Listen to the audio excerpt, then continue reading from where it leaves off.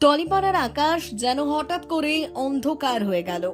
রবিবারের এক সাধারণ শুটিং দিনের শেষে এমন এক খবর এসে পৌঁছলো যা কেউই মেনে নিতে পারছে না।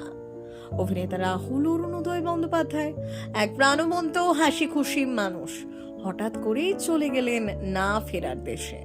তালসারির সমুদ্র তটে চলছিল ধারাবাহিক ভোলে বাবা পর করেগার শুটিং। কাজের ফাঁকে একদম স্বাভাবিকভাবেই জলে নামেন তিনি। কেউ ভাবতেও পারেনি এই নামাটাই হয়ে উঠবে জীবনের শেষ অধ্যায়।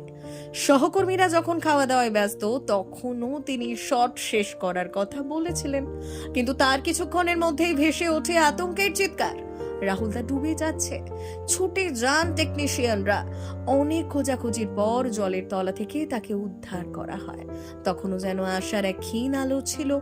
দ্রুত নিয়ে যাওয়া হয় দীঘা হাসপাতালে, কিন্তু ভাগ্য যেন অন্য গল্প লিখে রেখেছিল। হাসপাতালে পৌঁছানোর আগেই নিভে যায় সেই আলো।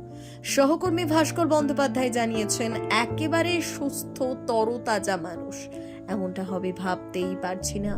আর দিগন্ত বাগচির কথায়, হয়তো সাঁতার জানতেন না, অথবা কোথাও আটকে গিয়েছিলেন। সবটাই ঘটলো চোখের সামনে, অথচ কিছুই করতে পারলাম না। একটা হাসি, একটা প্রাণচঞ্চল উপস্থিতি হঠাৎ করেই হারিয়ে গেল। টলিপাড়া আজ স্তব্ধ, সহকর্মীরা বাকরুদ্ধ, আর দর্শকের মন ভরে উঠেছে শূন্যতায়। জীবন কখন কিভাবে থেমে যায় তার কোনো পূর্বাভাস নেই। শুধু রয়ে যায় কিছু অসমাপ্ত গল্প আর অগণিত স্মৃতি। শান্তিতে থাকুন রাহুলদা, আপনি থাকবেন আপনার কাজের মধ্যেই চিরদিন।